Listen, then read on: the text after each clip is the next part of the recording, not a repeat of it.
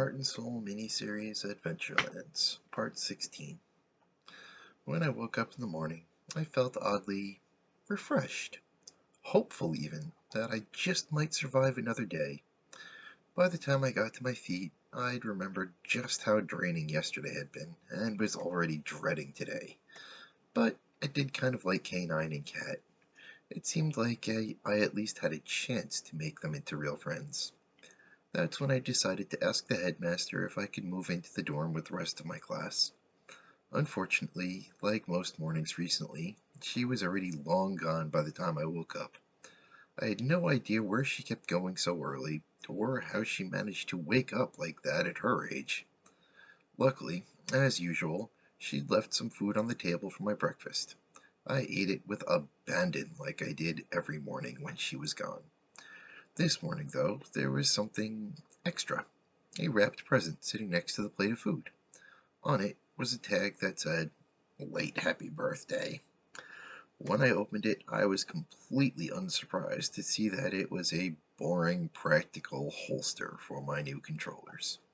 I was underwhelmed by its complete lack of decoration, but it was very like the Spartan Headmaster Mom.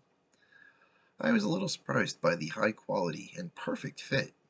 It had probably cost her quite a lot, especially since my normal birthday present, the new bed to replace the one that disappeared in my sleep, had already been picked out, bought, and paid for. It was set to be magically delivered while I was in school. Just as I was about to head out the door, I remembered that I needed to grab my controllers and put them in my new holster. The fact that they were invisible made that far more difficult. Luckily, I'd come up with a plan to deal with that before I went to bed. I went to the empty-looking dish that I'd left on the corner of my dresser, and even if I couldn't see them, I could feel them. In no time, I had them snugly tucked away, and I hurried out to class, hoping I wouldn't be late. When I got to class, only half the students were there. Uh, the entire cla- the entire half who sits in the front of the classroom, of course, I mumbled to myself. What about the front of the classroom? K9 asked. I was shocked that he'd heard me for a moment before I remembered what flavor his magic is. I nodded to myself for a moment, then smiled at him and said, "Nothing, and don't listen when I'm talking to myself." "How would I know you were talking to yourself? And besides, I listen to everything that all the people I like say."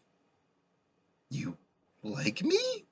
I tried to spit out the words, but they were firmly stuck to the back of my throat.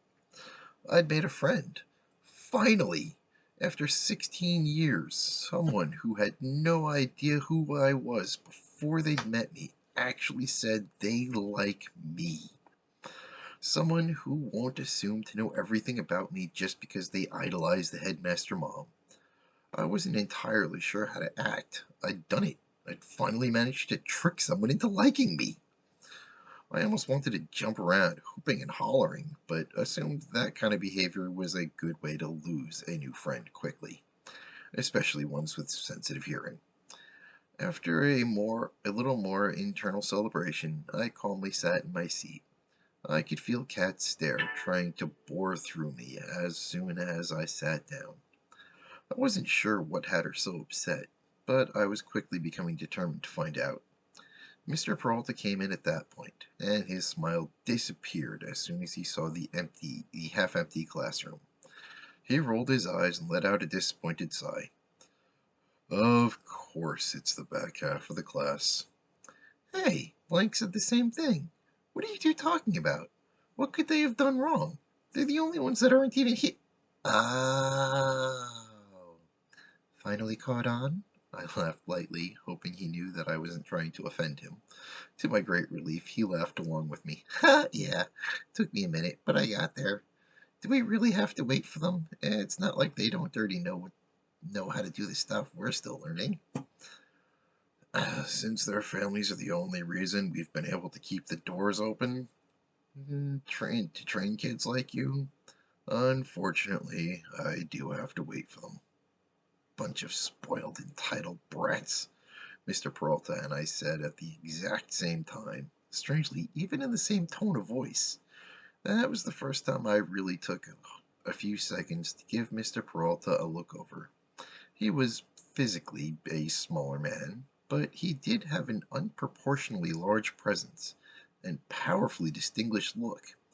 From what I could tell, he was only a few years older than myself. The strangest part, though, was the way he carried himself. He was powerful, and he knew it. It was obvious that he didn't like to let it show, but the man could clearly do almost anything. Suddenly, I was even more thankful to Headmaster Mom for making him our new instructor.